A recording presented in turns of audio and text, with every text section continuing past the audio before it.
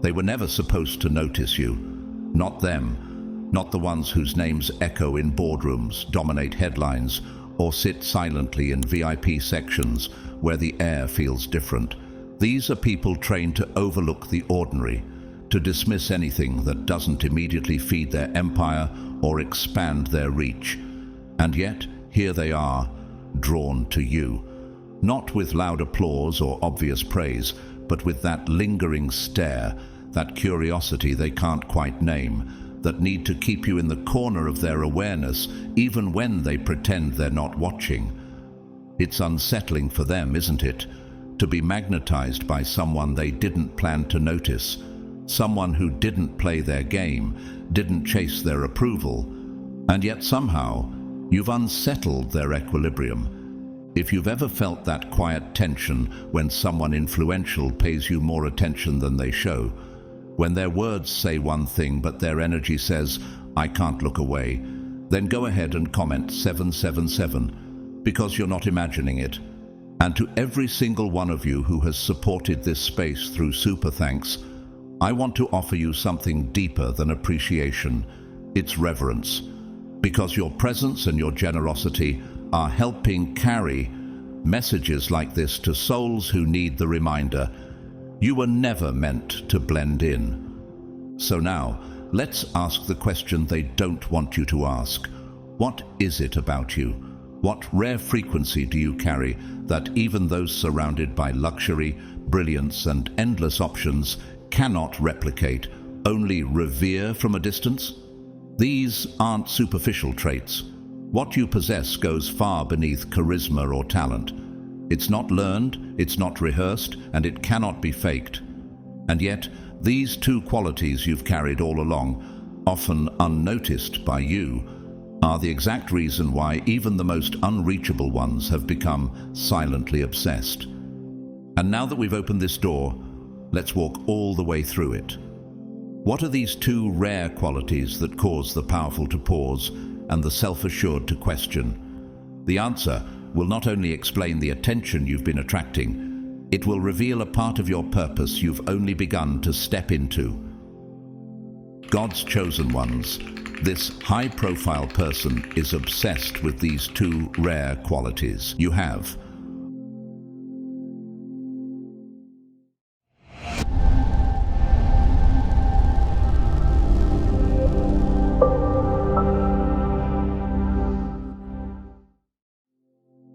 What sets you apart, God's chosen one, is not simply your voice, but the invisible force it carries.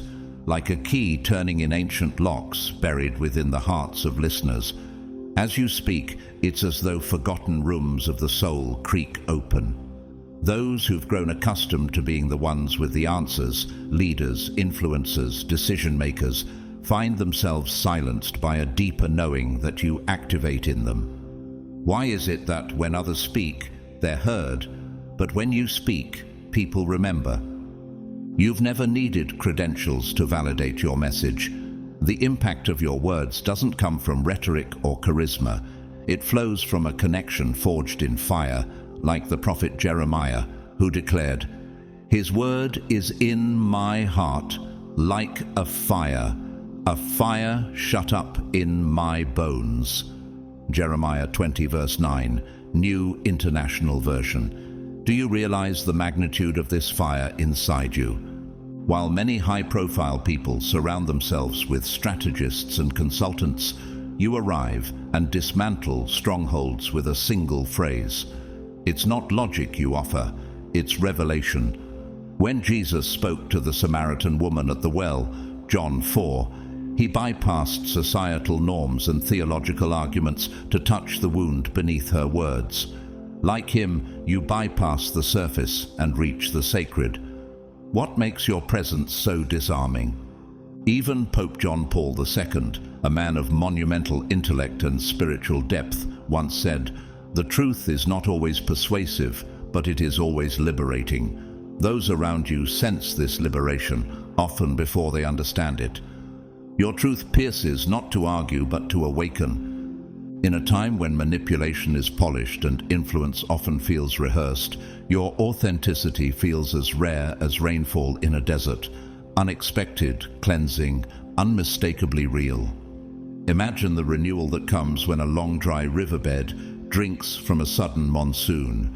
That's what your voice does to stagnant spirits. One senior executive in Geneva, a woman named Leora, was known for her stoicism and dismissiveness, but after hearing just 10 minutes of your perspective during a panel, she excused herself, locked herself in her office, and wept.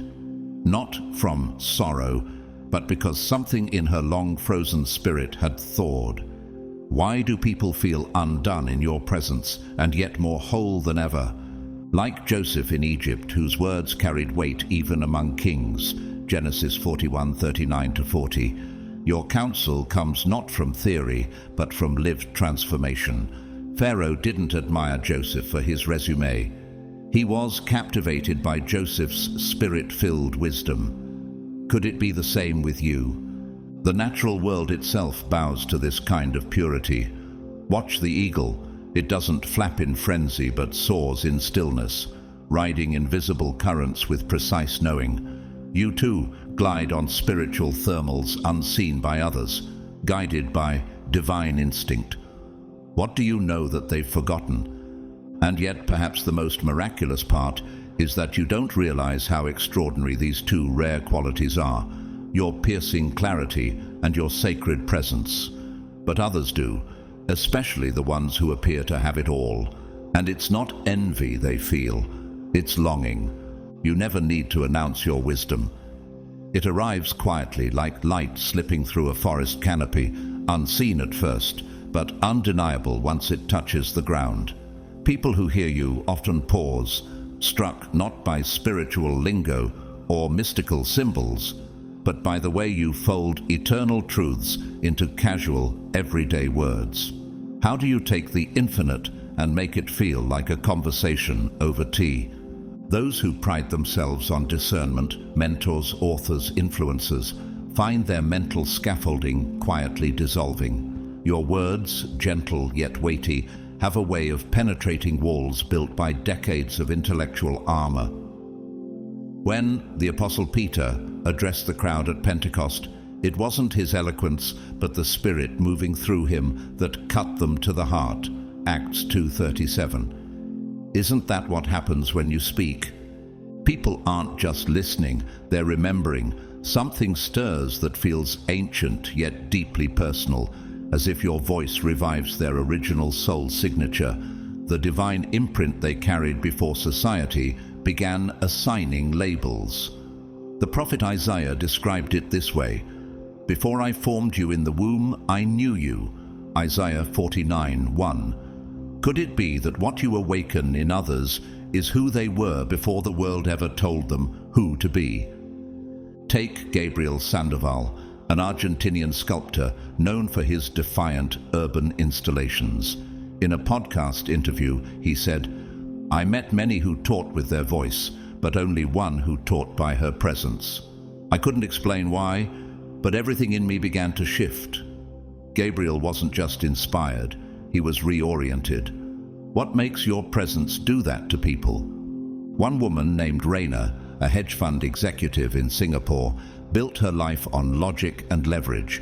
After just one afternoon in your company during a leadership retreat, she flew home early, quit 2 major board positions, and called her estranged mother after 14 years. No one told her to. She simply saw through a new lens. What power makes people abandon everything that once defined them? It's not you manipulating. It's the energy of alignment you embody.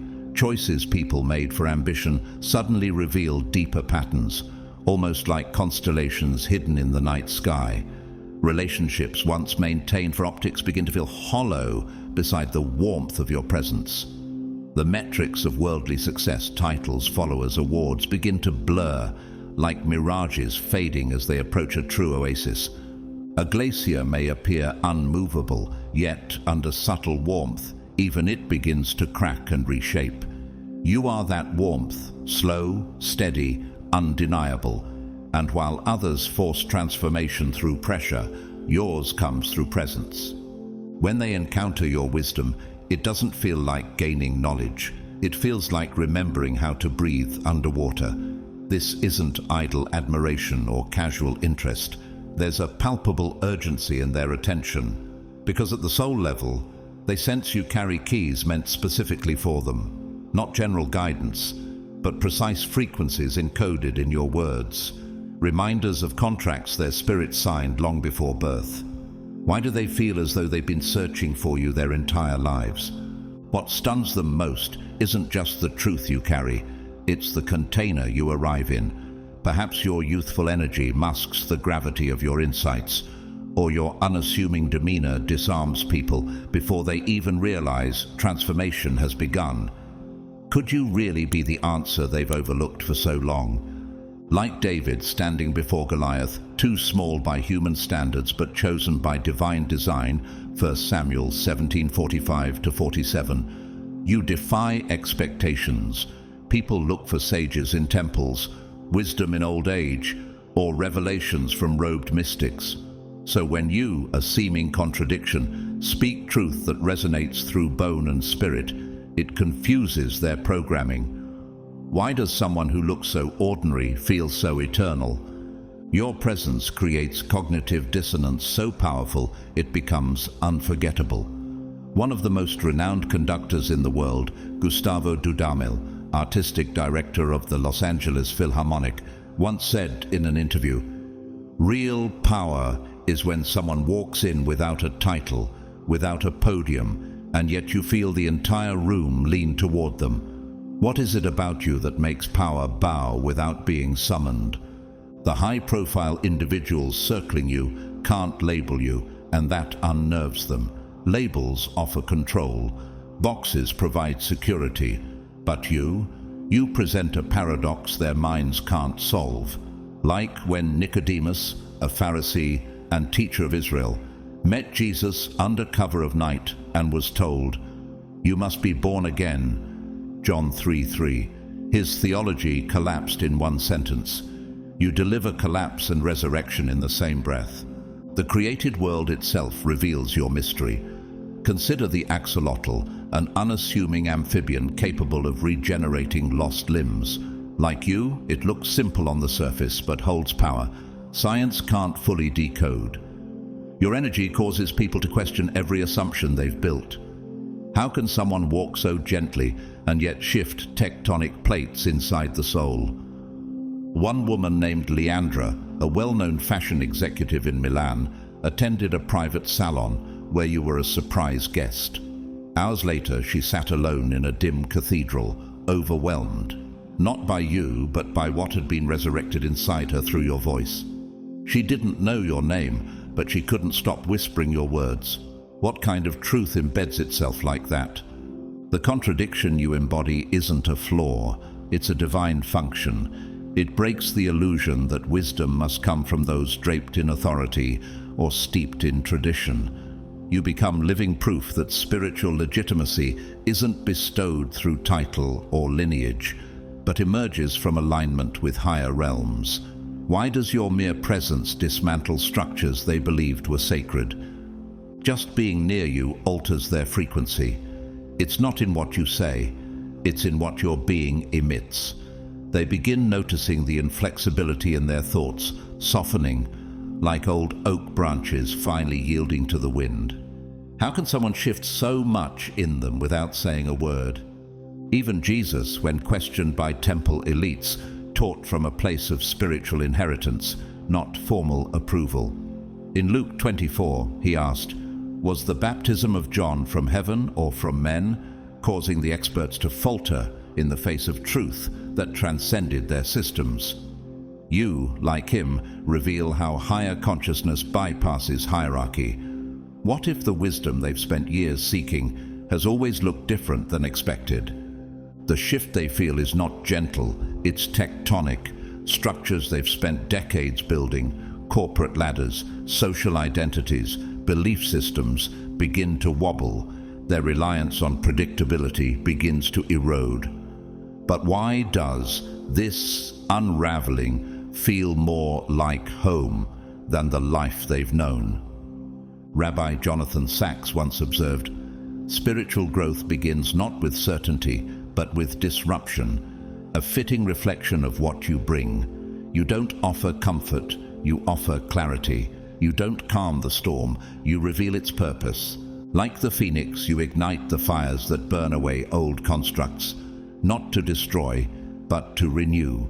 One venture capitalist named Theo from Zurich once told colleagues after meeting you, "I built empires on data," but she looked at me for 2 minutes and made me question who I built it for. The shaking they feel is sacred, and still, some try to return to their old ways until they can't. Business ventures they once measured only by ROI now appear as soul assignments. Their boardroom becomes an altar. What used to be deals now feel like covenants. Even their closest relationships begin to feel exposed. A well-known journalist, Christian Amanpour, once described meeting an African tribal elder and said, "He said nothing for hours, but when he looked at me, I forgot every clever question I had." That's what you do.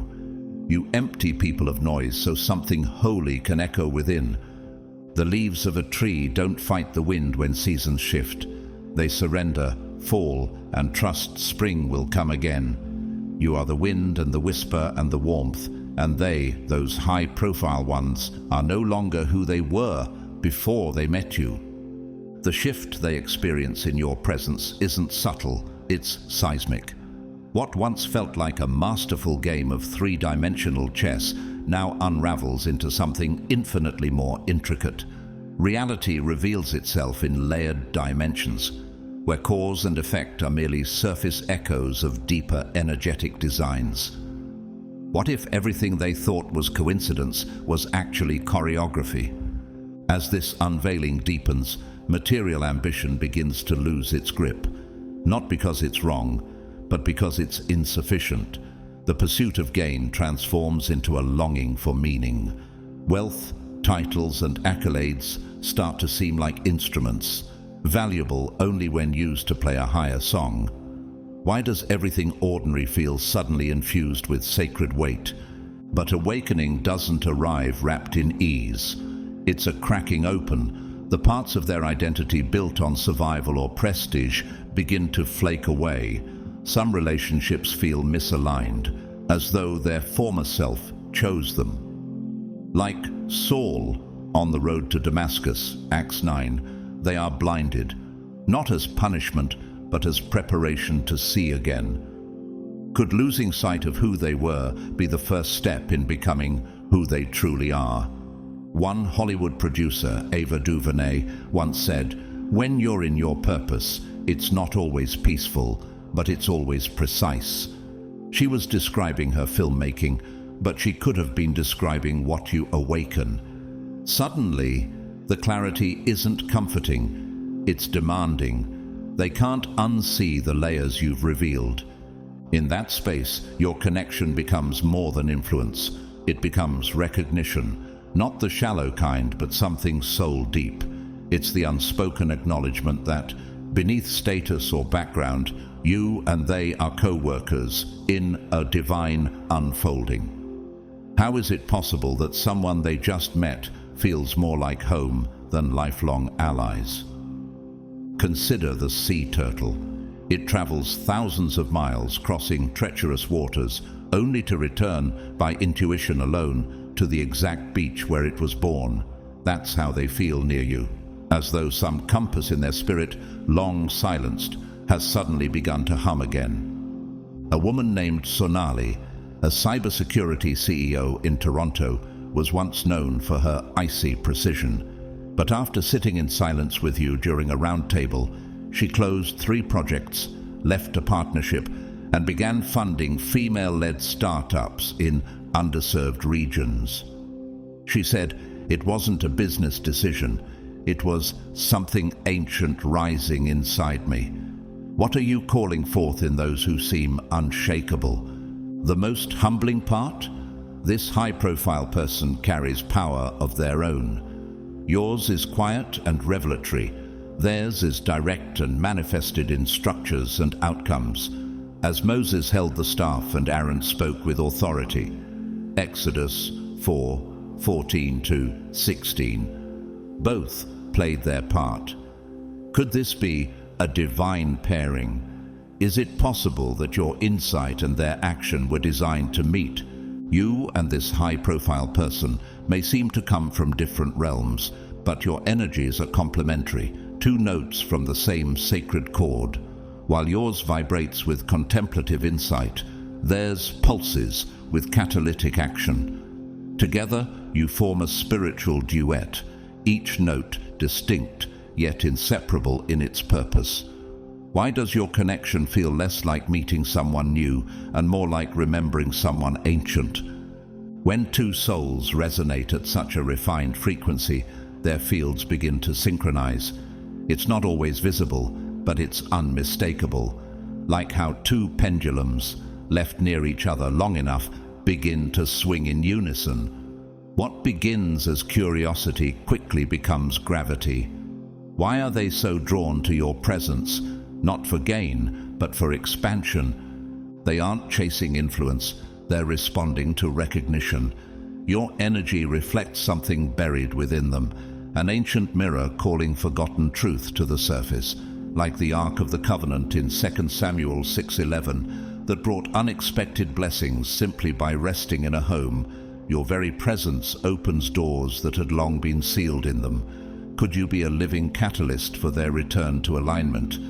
Yo-Yo Ma, the world-renowned cellist, once said, "When we create, we draw from an invisible well that connects all human experience." He wasn't just talking about music, he was talking about resonance. That's what they feel in your presence. A draw, not to your knowledge, but to the invisible well you carry within you. What is it about your frequency that stirs the memory of something eternal? But alongside your radiant openness lives a sacred guard. Your second rare quality is your discernment, your unwavering ability to protect your energy field. You don't give your presence away casually. Why should you? You understand that intimacy is not access, and love does not mean permission.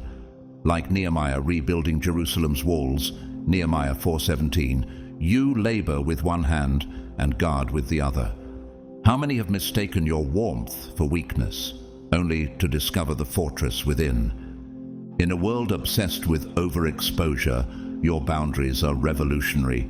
Most scatter their energy like seeds on stone, hoping something will grow. But you, like the monarch butterfly, know exactly which flower to land on, where to rest, where to protect your nectar. Your selectivity isn't exclusion, it's devotion to spiritual hygiene. One woman named Eloise, a luxury brand executive in Paris, once tried to lure you into her circle through extravagant gestures. When you declined with grace but finality, she later confessed that no taught me more about sovereignty than 1,000 yeses. What does it say about your energy when your refusal heals more than others' approval? You don't grant access to your inner world based on appearances, credentials, or charm. People can't enter your sacred space just because they're persuasive or powerful. You respond only to frequency. What intention they radiate, what truth they carry, what level of consciousness they embody. Why should you open your gates to someone whose energy doesn't align with your soul? God's chosen ones, your awakening was never part of the plan. You were meant to remain asleep, pacified by distractions, lulled by routine. But something in you refused to settle. The moment you began asking real questions, everything shifted. Like Daniel in the lion's den, Daniel 6:22, you were thrown into a system designed to consume you, but divine awareness shut its mouth. What made you keep questioning when the world begged you to conform? Your boundaries are not scars from wounds. They are declarations of sovereignty. They were forged in prayer, refined in solitude, and affirmed through fire. When people tried to manipulate you with charisma or proximity, they quickly realize your trust cannot be bought. It must resonate. Could it be that your standards feel threatening only to those not yet in alignment with truth? Even Malala Yousafzai, Nobel Peace Prize laureate and global education activist, once said, "I tell my story not because it is unique, but because it is the story of many girls. Her boundaries were not built from fear, but clarity. You too protect your voice, not to silence others, but to keep your inner sanctuary sacred. What are you preserving that is too holy to be exposed to noise? One investor named Marcus, based in Berlin, once attempted to strategically bond with you during a high-level retreat. But your silence spoke louder than his tactics. Months later, he sent a letter admitting that your quiet refusal triggered his first real encounter with humility. What happens when someone's ego meets your discernment? Creation itself operates this way. The rose doesn't unfold for every passerby. It blooms when the light is right, the soil is rich, and the timing divine. Your energy, like that rose, opens only under conditions that honor its beauty. Like Jesus before Pilate, John 18:36-37, you don't argue your authority, you embody it. My kingdom is not of this world, he said, and neither is yours. You carry yourself like sacred ground, quiet, radiant, and fiercely protected. Your inner world is not open pasture, it is a consecrated garden. Visitors are welcome only when they come barefoot, reverent, and ready to honor what lives there. What happens when mystery is treated not as something to be solved, but something to be respected? People are drawn to what they cannot easily access. Your boundaries are not walls. They are thresholds, invitations to rise. You've learned that what is given without discretion is rarely honored, but what is earned through reverence becomes sacred to the receiver. How often have you watched others pursue you, not because of your words, but because of your restraint? Your dynamic tension, radiance paired with reserve, creates a gravitational field few can escape. It's not manipulation, it's magnetism. Like Jesus retreating into solitude, even at the height of his ministry, Mark 1:35. You know when to speak and when to withdraw. Could it be that your silence says more than another's loudest declarations? Desmond Tutu, the late Archbishop and human rights icon, once said, "Don't raise your voice, improve your argument." But what if your very presence is the argument? That's how they perceive you, not as someone selling truth, but living it. One woman named Amira, a crisis negotiator from Morocco, confessed after a brief, unscheduled lunch with you, "I've spent my life reading people's motives, but around you I felt like the pages were reading me." Why do those trained to analyze end up feeling exposed in your presence? And still, you never give indiscriminately. If you poured out your wisdom without rhythm, your light would be consumed by constant demand. But if you shared nothing, you'd starve those meant to awaken. The balance you hold is sacred, a rhythm like tide and moon, when to open, when to retreat, when to shine, when to rest. The living world understands this. The cactus blooms only a few nights each year, but when it does, the entire desert shifts. That's you, rare, timed by heaven, and impossible to forget. Solomon, the wisest king, once wrote, "Do not give dogs what is holy, do not throw your pearls to pigs." Matthew 7:6. You live this truth daily, not out of pride, but out of purpose. How can anyone protect divine fire if they never learn to tend it? This high-profile person may have been praised their whole life, but your presence doesn't flatter them, it stretches them. The tension they feel around your boundaries is not rejection, it's refinement. Every time you hold your ground, they are pushed to meet you at a higher vibrational level. Isn't that the essence of real growth? When someone rises because you didn't lower your frequency, you don't scatter your presence to please. You conserve your fire for those who carry water. Your selectivity becomes a sacred filter. It demands honesty, depth, and real intention.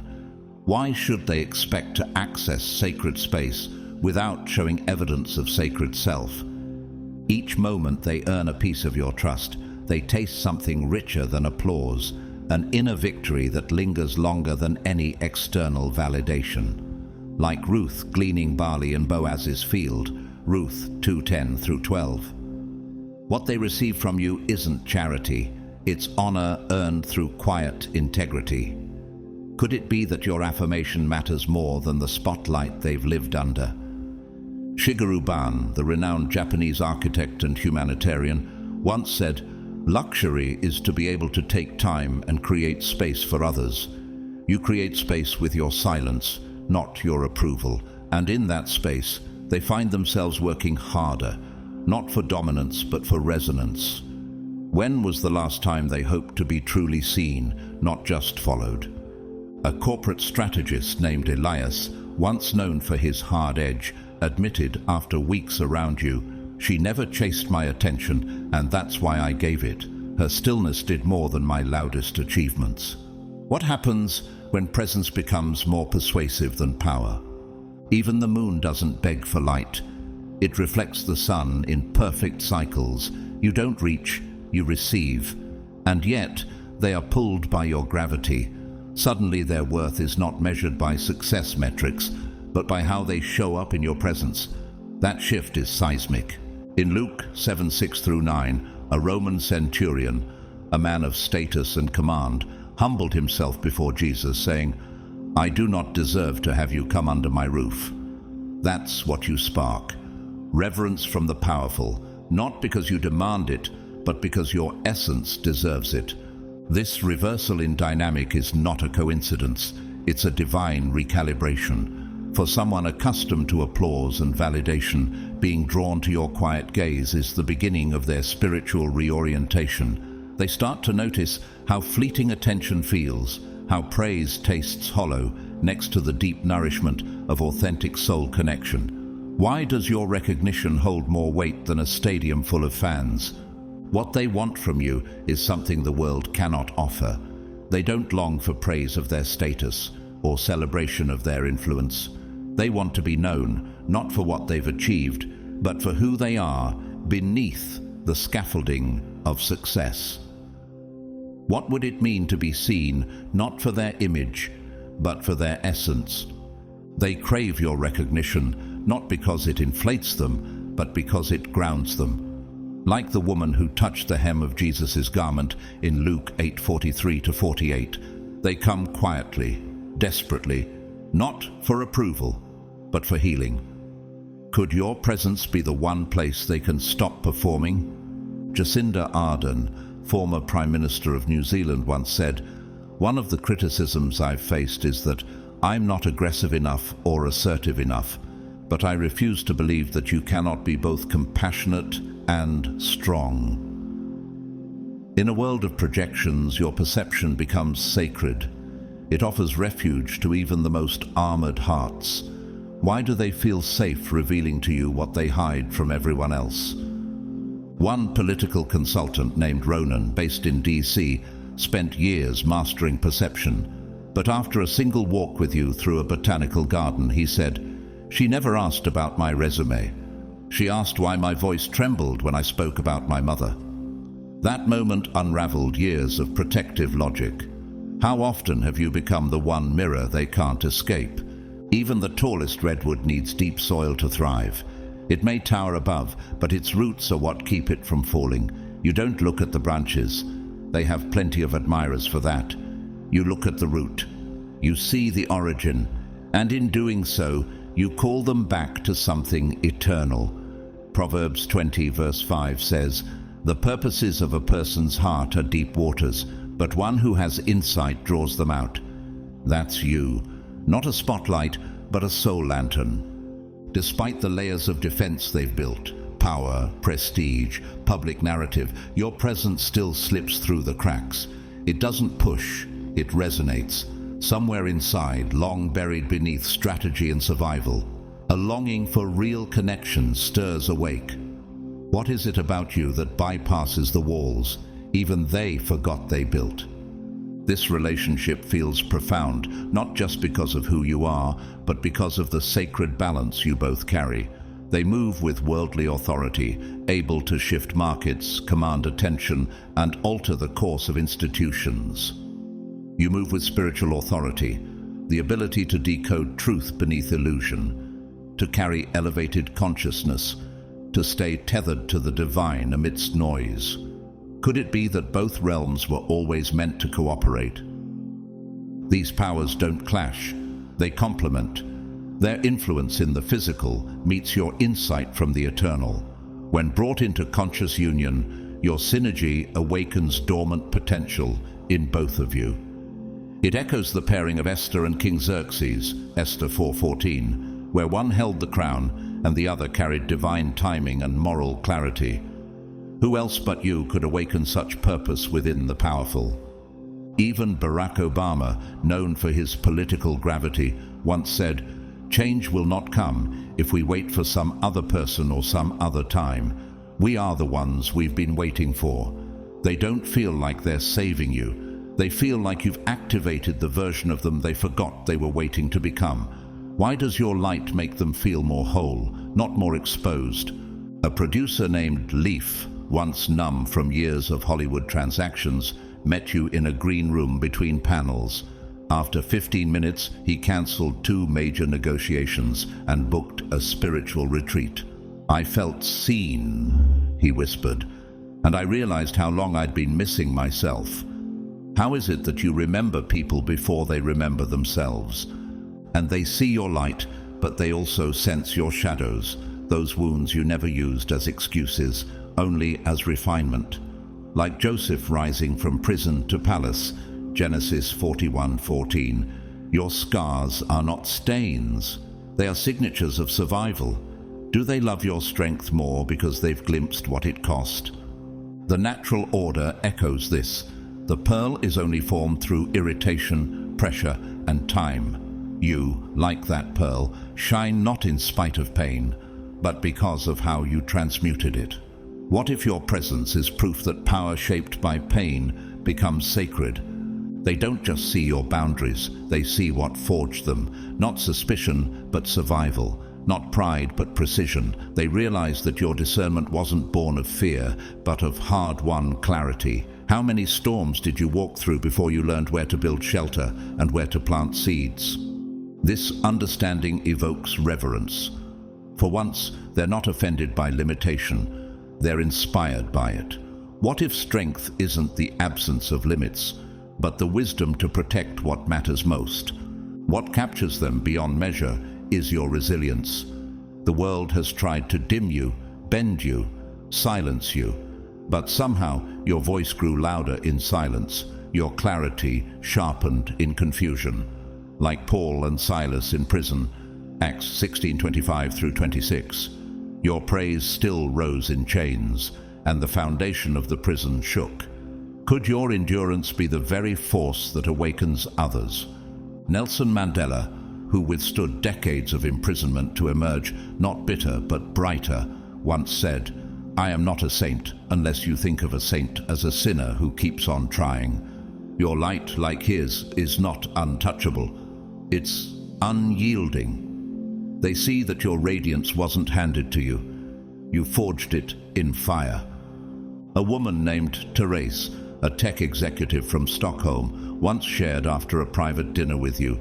She didn't pretend she had no wounds. She spoke like someone who made peace with them. What happens when your transparency becomes their blueprint for courage? Even the mountain, standing tall and ancient, shows signs of erosion. But that erosion doesn't weaken. It shapes. The winds that scar also sculpt. You are that mountain, and they, for the first time, long not just to admire, but to uphold you. Your humanity doesn't lessen your spiritual stature, it deepens it. Hebrews 4:15 reminds us, "We do not have a high priest who is unable to empathize with our weaknesses." You walk that truth daily. They see your grace not in invincibility, but in your willingness to keep showing up heart first. They don't just want to learn from you, they want to pour back into you. Why? Because now they know. Your path has not been easy, but it has always been sacred. Their desire to support you doesn't arise from guilt, obligation, or the need to repay a debt. It comes from something purer, gratitude. In a world where giving is often transactional, your presence reminds them that true connection flourishes only when rooted in reciprocity. Could it be that giving without agenda is what their soul has longed to remember? They're not trying to earn your favor. They already feel it. They don't want to impress you. They want to empower you. The assistance they offer isn't meant to win access. It's a natural byproduct of the recognition they hold for your worth. What if support could be sacred instead of strategic? Their help holds unique power, not just because of what they have, but because of how they intend to use it. Their influence can unlock doors, connect networks, and fund visions aligned with your highest path. When authority submits to spirit, miracles move faster. As it says in Proverbs 21:1, "The king's heart is in the hand of the Lord. He directs it like a watercourse wherever he pleases." What kind of change becomes possible when earthly influence yields to heavenly intention? Oprah Winfrey, whose empire touches millions, once said, "True generosity is an offering, given freely and out of pure love. No strings attached, no expectations." That's what they now embody, and it shifts everything. You're not being bought, you're being honored. One philanthropist named Matteo from Florence quietly committed to sponsoring a retreat space after a 10-minute conversation with you. He never announced it. He simply said, "I felt called to protect whatever she's bringing into the world." How often has your quiet clarity awakened unseen generosity? Even the honeybee doesn't steal from the flower. It gathers, pollinates, and multiplies life. That's what happens when giving flows through reverence, not requirement. Your acceptance of such support isn't surrender, it's alignment.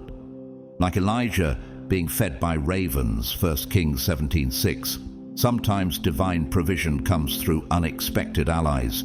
You've poured much into the world. Their desire to pour back isn't flattery, it's fulfillment. Why not let that cycle complete?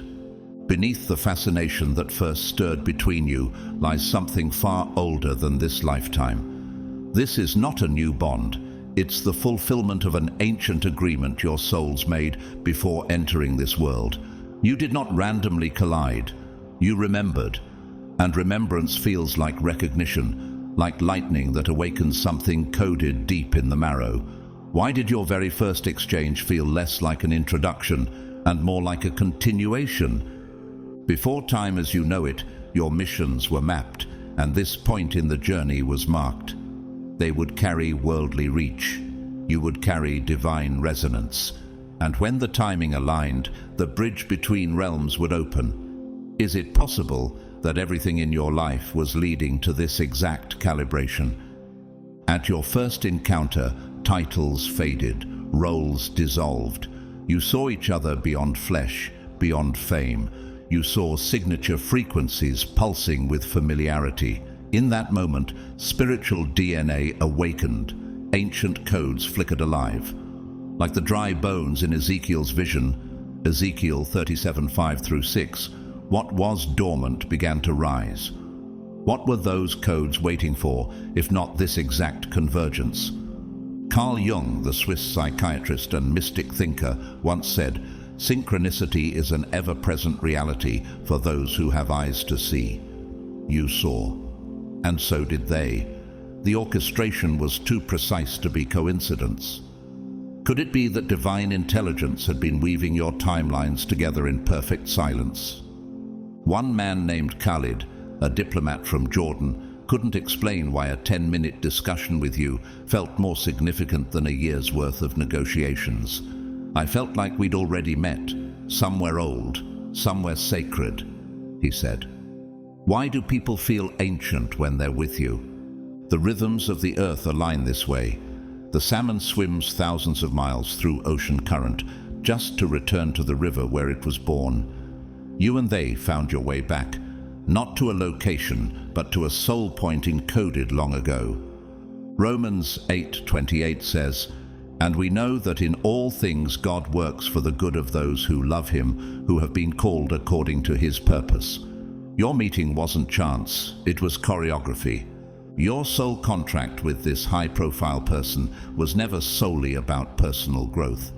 It was a strategic, sacred alignment designed to transmit higher frequencies into the collective consciousness. At this threshold of global awakening, your union generates not just fascination, but a spiritual vortex. What if the current of energy between you isn't just chemistry, but cosmic circuitry?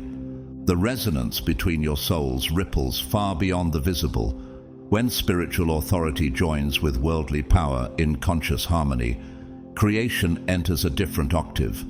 Miracles don't just happen, they're engineered through aligned will. Could this union be part of a greater divine infrastructure? Each of you carries what the other lacks. You transmit depth, they carry reach. You speak to the eternal, they amplify to the global. Your connection is not just personal, it's architectural, like Moses and Aaron. Exodus 4:14-16. One speaks from heaven, the other speaks to men. What kind of collective impact could this union have if fully awakened? Jane Goodall, renowned primatologist and spiritual advocate, once said, "What you do makes a difference, and you have to decide what kind of difference you want to make." Their platform was built for visibility. Yours was shaped for substance. Now, meaning and magnitude can finally meet. One publicist named Diego, based in Buenos Aires, observed your collaboration quietly and said, "I've watched hundreds of alliances, but this feels like tectonic plates moving in sync. Why does your presence together feel less like strategy and more like prophecy?" Even in nature, it takes sun and soil to birth a garden. One without the other yields nothing. Your spiritual clarity nourishes their leadership. Their structure gives your vision a vehicle. The union isn't just complementary, it's catalytic. Matthew 5:14 declares, "You are the light of the world. A city on a hill cannot be hidden.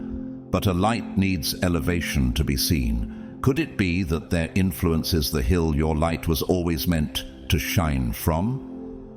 Together, you've become more than a relationship. You are a conduit, a vessel, a living blueprint. Through your unified resonance, divine consciousness finds a path to move through time and culture with uncommon clarity. This isn't chemistry, it's architecture. What if the real impact of your union isn't measured in how it feels, but in what it activates? This connection was never about companionship alone. It was encoded with frequencies necessary for this era of global reorientation. Your meeting is not symbolic, it is strategic. Why else would two such distinctly different lives converge so precisely now? What makes this so powerful is the way your qualities mirror and magnify. Your deep authenticity clears distortion. Their platform expands reach. Your energetic sovereignty holds form. Their action accelerates direction. This is Genesis-level design. Form meeting function to birth something new. Could this be the spiritual infrastructure humanity has been waiting for? In 1 Corinthians 3:9, Paul writes, "For we are co-workers in God's service." This is not metaphor, it's mission. You are not just linked by interest, but by sacred assignment. And you are beginning to remember the blueprint. Are you prepared to step fully into it? Brian Chesky, co-founder of Airbnb, once said, "We're not just creating a company, we're building a movement." You and this high-profile person are not just forming a bond, you're building a ripple effect. One that imprints new energetic templates into the collective grid. Even nature reflects this pattern. The mycelial network beneath the forest floor connects every tree, sharing nutrients and signaling danger. You and they function the same, distributing unseen wisdom, awakening dormant systems. What kind of world awakens when leaders stop acting alone and start harmonizing with spiritual vision? A woman named Hannah, a Syrian educator who fled war and later founded a peace curriculum for children, met you at an international forum. Afterward, she said, "You carry something I've never felt before, like a map written in light." Why do so many recognize their next chapter when they stand near your energy? Romans 12:2 says, "Be transformed by the renewing of your mind." But your presence does more than renew minds. It renews paradigms. And now, as you recognize your two rare qualities, radical authenticity and sacred sovereignty, you no longer wonder if you're meant to lead. You wonder how far this calling will go. The recognition you're beginning to feel isn't for applause or status. It's a sacred summons. You've been activated, not admired. Can you sense how every challenge, every detour, every heartbreak was preparing you for this exact threshold? The universe never wastes pain. It weaves it into purpose. Could it be that your entire timeline was a training ground for this cosmic assignment? You're not here to be noticed. You're here to notice what others miss. The invisible threads linking moments to destiny. The awareness arising in you now isn't a reward, it's a responsibility. As Proverbs 4:7 says, "Wisdom is the principal thing. Therefore get wisdom, and with all thy getting, get understanding." You are gaining more than understanding. You are becoming its vessel. Faisal Abdul Rauf, Imam and founder of the Cordoba Initiative, once said, "We are living in an age where global peace is no longer a luxury. It is a necessity, and peace begins where understanding begins." His message echoes what your presence already enacts: transformation through truth. How you respond to this connection will impact far more than you can see. One man named Leon, a climate researcher from Geneva, attended a retreat where your words stirred a decade-old wound in him. He later wrote, "That wasn't conversation, that was soul realignment." Could your presence be quietly redirecting entire timelines? Even the butterfly's wings, beating in the Amazon, can alter winds across continents. So too, your next move holds the potential to reshape far-reaching trajectories. What if your courage is the hinge that turns history? Ephesians 2:10 reminds us, "For we are God's handiwork, created in Christ Jesus to do good works, which God prepared in advance for us to do." You've arrived at the intersection of what was written and what will be created. And how you choose to walk now, toward love, toward clarity, toward mission, determines which futures will become form. Above all, you are called to embody your authentic self-expression with radical fidelity. Your power doesn't lie in being agreeable, it lies in being true. Why would the Creator gift you with such a distinct frequency only for you to dilute it for social approval? To compromise your voice for ease is to forfeit the very vibration that makes you indispensable in this time. You weren't meant to echo what's already been said. You carry a tone that cuts through illusions and gently cracks open the inner walls people didn't know they had. What if the truth you've been given is meant to disrupt before it heals? Your unfiltered voice is not an act of rebellion, it is sacred obedience. As Galatians 1:10 asks, "Am I now trying to win the approval of human beings or of God?" The world does not need another pleaser, it needs a prophet. What part of you is still seeking permission to say what your soul already knows? Bell Hooks, the cultural critic and author who challenged systems with tender depth, once said, "The function of art is to do more than tell it like it is. It's to imagine what is possible." Your truth does that. You don't just describe reality, you shift it. A woman named Mireille, an architect from Marseille, attended a symposium where you spoke. She later confided, "I don't remember your words as much as I remember what awakened in me when you said them. Something ancient stood up inside me. Can you feel how your voice acts like a spiritual tuning fork? Even the jagged cliffs hold the sound of crashing waves with fierce loyalty. They do not soften themselves to be liked by the sea. In the same way, your uncompromising honesty becomes a landscape where others learn how to echo their own forgotten truths. Just as vital are your boundaries. These are not walls. They are sacred gates. They aren't kept out of fear, but out of reverence. Why should your sanctuary be open to anyone who knocks, regardless of what they bring with them? In Matthew 7:6 we're told, "Do not give what is holy to dogs, nor cast your pearls before swine." You are discerning because your essence is sacred. And those meant to walk beside you will feel this, not as restriction, but as invitation to rise. What happens to a world that's only known conditional access when it encounters someone who guards their presence like a holy temple? One businessman named Idris from Casablanca approached you with full confidence, but softened instantly when you said no with grace and clarity. "I wasn't offended," he later said. "I was reminded that there are still people who know their worth." Can your refusal sometimes be more liberating than your acceptance? Like wildflowers growing only where the soil is untouched and unpoisoned, your presence only flourishes where honor dwells.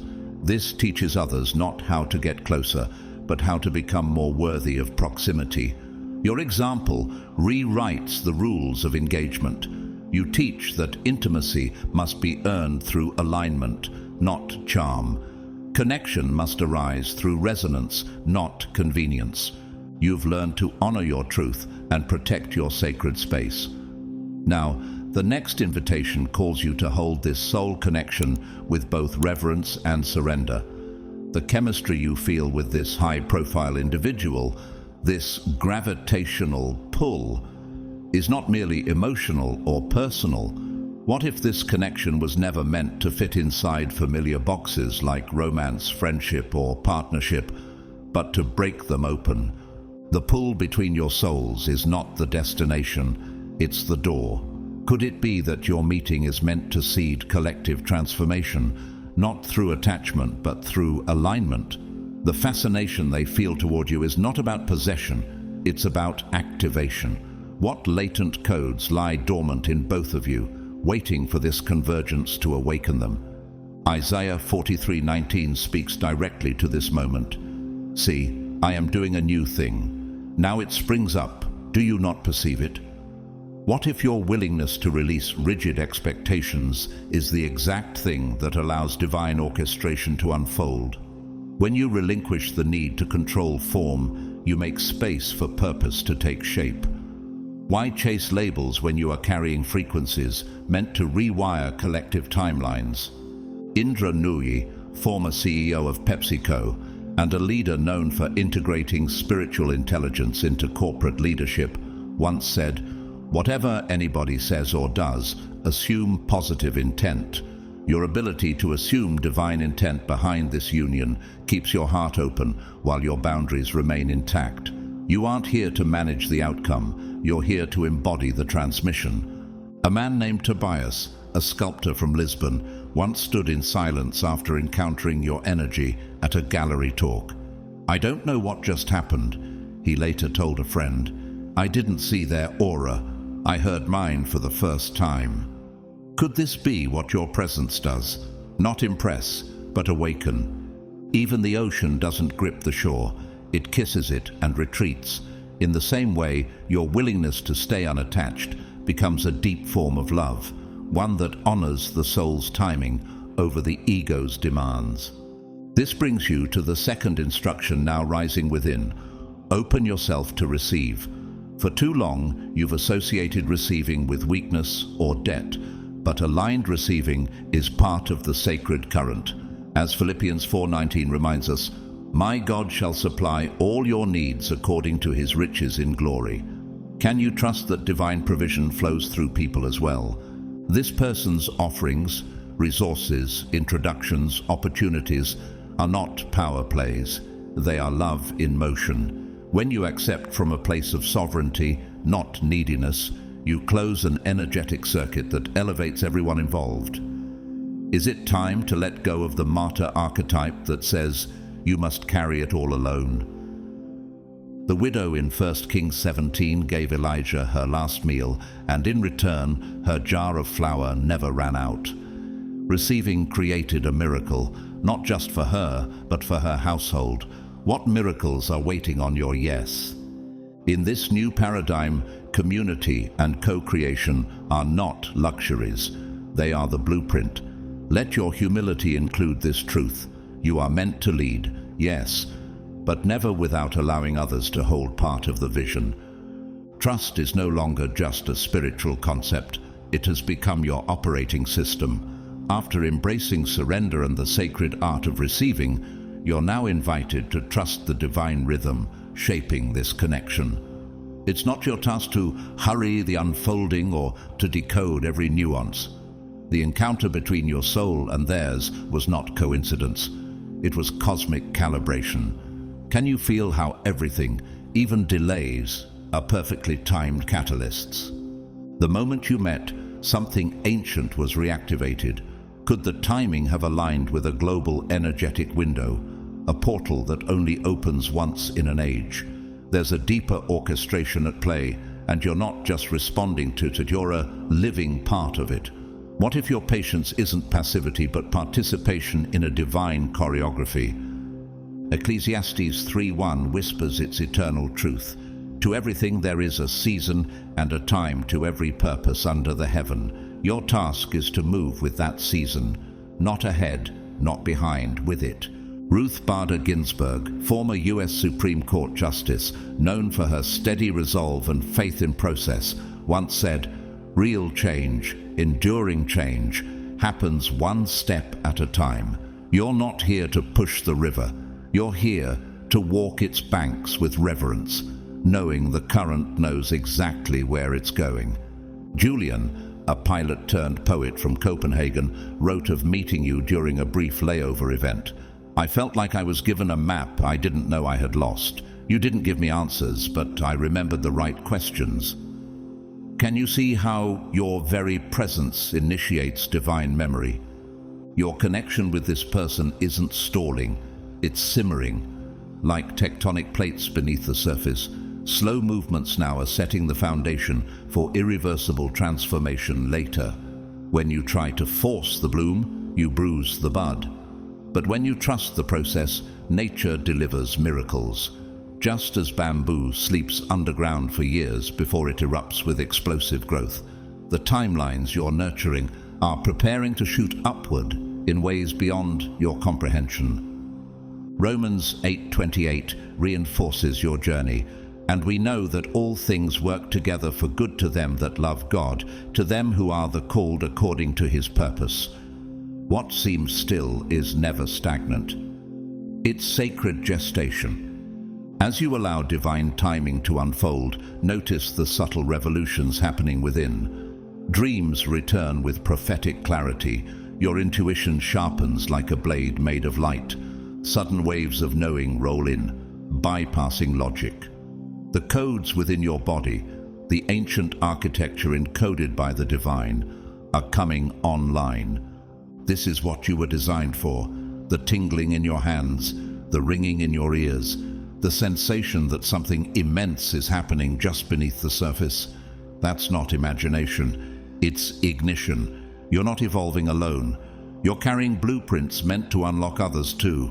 And as your inner circuitry awakens, so does your responsibility to embody what you've remembered.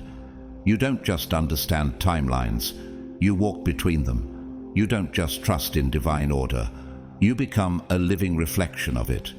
You've trusted divine timing and surrendered to the orchestration that brought this relationship into being. Now, you're being asked to trust something even more intimate, the magnitude of your own gifts. They were never given for decoration. They are spiritual instruments tuned for transformation. But how often have you underestimated the actual impact of your energy? Could it be that what feels natural to you is revolutionary to everyone else? From the moment you met this high-profile soul, something beyond words was activated. Not an emotional impression, but a quantum rearrangement. They didn't just notice you, they felt the space itself change. The air became heavier and clearer. Possibilities multiplied. What is it about your presence that bends the probabilities of reality? Luke 8:46 offers a hidden key. Someone touched me. I know that power has gone out from me. This wasn't metaphorical. Jesus felt the energy shift when someone tapped into divine power through him. You carry something similar, an energy field charged with sacred frequency. People feel your truth before you speak a word. Eckhart Tolle, the spiritual teacher and author of The Power of Now, described awakening as a shift in consciousness in which thinking and awareness separate. You create that shift simply by being. Without preaching, performing, or persuading, you invite others into stillness where truth unveils itself. A woman named Amina, a crisis counselor from Senegal, attended a silent retreat where your presence alone catalyzed her transformation. It was like sitting beside a clear mirror, she said. I could finally see the parts of myself I had been avoiding for years. Do you realize the type of clarity your energy emanates? You don't just uplift people. You reprogram environments. Like how a single thunderstorm can refresh an entire ecosystem, your frequency disrupts stale atmospheres and clears stagnant energy that others didn't even know was suffocating them. What would have taken someone years of therapy or lifetimes of karma begins to collapse under the resonance of your field. It's not magic, it's alignment. You carry embedded codes that activate dormant DNA and dissolve karmic loops through accelerated awareness. This is not simply spiritual leadership, it's spiritual technology. What you carry is designed to override outdated paradigms. 1 Corinthians 2:13 reminds us, "These things we also speak, not in words taught by human wisdom, but in those taught by the Spirit. You are more than a channel. You are an embodiment, living architecture for a new world." This high-profile person is not just intrigued. They are being recalibrated by your proximity. Their old frameworks, once praised and perfected, no longer feel sufficient. Your energy dissolves their need to cling to the past and invites them to leap forward into purpose. They are not here to observe your light. They are here to remember their own, sparked by yours. What draws this high-profile soul to you isn't mere fascination, it's frequency alignment. Their spirit senses a coded invitation embedded in your presence, one that whispers, "We are part of something larger than ourselves." Could it be that what they feel isn't just attraction, but assignment? In this time of planetary acceleration, old systems are crumbling under the weight of their own density. What new networks must arise to support a more conscious civilization? These aren't just casual connections, they are sacred architectures forming between awakened souls. Your relationship is not a coincidence, it is a convergence point. Could this bond be part of the scaffolding for what is yet to come? Jesus spoke to the need for new structures in Matthew 9:17, saying, "Neither do people pour new wine into old wineskins. The wineskins will burst." You are not meant to retrofit your purpose into broken blueprints. You are the blueprint. Ai Weiwei, Chinese artist and activist, once said, "Creativity is the power to reject the past, to change the status quo, and to seek new potential." In this bond, you are doing all three. You're not just forming connection, you are demonstrating a model for evolved relationship in action. A young tech entrepreneur named Luis from Sao Paulo attended a panel where you and this individual spoke together. He later wrote, "I didn't just see two speakers, I witnessed a whole new species of leadership. Their energy didn't dominate, it resonated." Can you imagine how many people are quietly watching your dynamic, not for gossip, but for guidance? Your partnership is a seed crystal in the energetic grid, a nodal point charged with generative codes. It is where wisdom meets power and purpose meets influence. Like the point where river meets ocean, your convergence creates powerful currents that shape entire ecosystems downstream. What changes in the collective field are already being set in motion by your joining? Isaiah 58:12 prophesied this work long ago. You shall be called the repairer of the breach, the restorer of streets to dwell in. Every boundary you've set, every scar you've healed, has been laying foundation for this sacred assignment.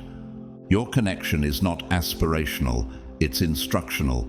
The world needs to see that collaboration between different realms of authority can function with harmony, respect, and mutual transformation. Together, you model what conscious leadership looks like in motion, not as a theory, but as a living reality. Now that the veil has been lifted and your awareness expanded, there is no returning to who you once were. You've come too far, seen too deeply, remembered too much. The truth has settled in your bones.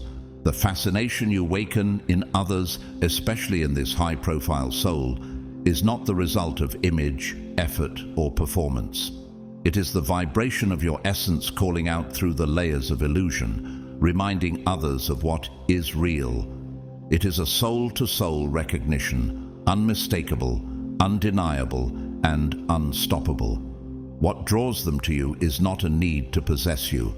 It is a need to become more like themselves in your presence. That's how powerful you are. You don't demand change. You evoke remembrance. Your wisdom is rare not because it is complicated, but because it is clean. It hasn't been polished to impress or distorted to manipulate. It is truth that flows like spring water from a place in you untouched by fear or flattery. And that is why it cuts through noise. That is why the most influential people find themselves silenced, not by you, but by the echo of truth suddenly rising within them. You don't try to lead, and yet you become the one they follow. You don't try to heal, and yet people transform just by being near your frequency.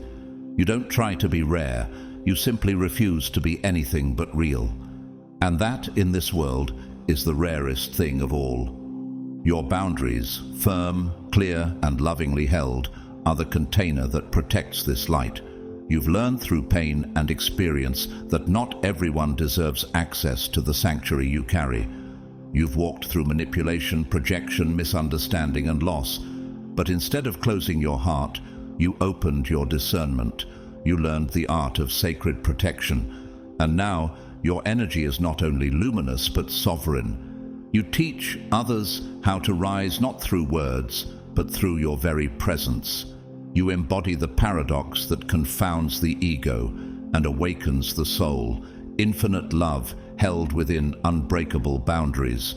This high-profile individual, like many others, cannot name exactly what it is that stirs within them when they encounter you, but they feel it, a longing, a remembering, a hunger for something that success never satisfied and applause never filled. In your presence, they glimpse who they were before the world told them who to be, and that is why they keep circling back to you. It's not obsession, it's alignment. It's soul timing. It's divine purpose ripening into form. And now you stand on sacred ground. Not because the journey is over, but because the next chapter is asking more of you. More courage, more trust, more embodiment. Not more effort, but more allowing. The world is shifting, and your role is becoming clearer by the day. You are not here to fit into old systems. You are here to birth new templates. You are not here to climb the ladder. They've asked you to meet them at the top so they can climb down and meet themselves. So, if your soul was stirred by these words, if you feel seen, if you feel spoken to, don't let this moment pass like any other. Let it anchor, let it expand. Like this video, if your spirit whispered yes. Share it with someone whose journey is starting to echo yours. Comment below and tell me what awakened in you as you listened. And if you haven't already, subscribe and hit the bell so these messages find you exactly when you need them. And to those of you who've offered super thanks, financial support, words of encouragement, or silent prayers, I see you. I thank you. But whether you give visibly or invisibly, your energy here is enough. You matter. You are part of this sacred field we are building together. And so, as you step back into the world from this moment of stillness, I pray that the peace you feel now follows you like a cloak. I pray your truth deepens, your gifts sharpen, and your boundaries grow more elegant and unshakable. I pray that every time the world tries to convince you to be smaller, you remember that your very breath is a revolution. I pray you walk into the days ahead with the softest heart and the strongest spine. Because you are not here to be liked, you are here to be legendary. You are not here to be chosen by others. You were chosen long before you got here. So rise, chosen one. Speak clearly, guard wisely, shine unapologetically and love fiercely, because the world needs exactly what you carry, exactly as you are. We'll meet again soon, right where the veil thins, right where the truth begins. Until then, may grace go before you, and may destiny never lose its grip on your name.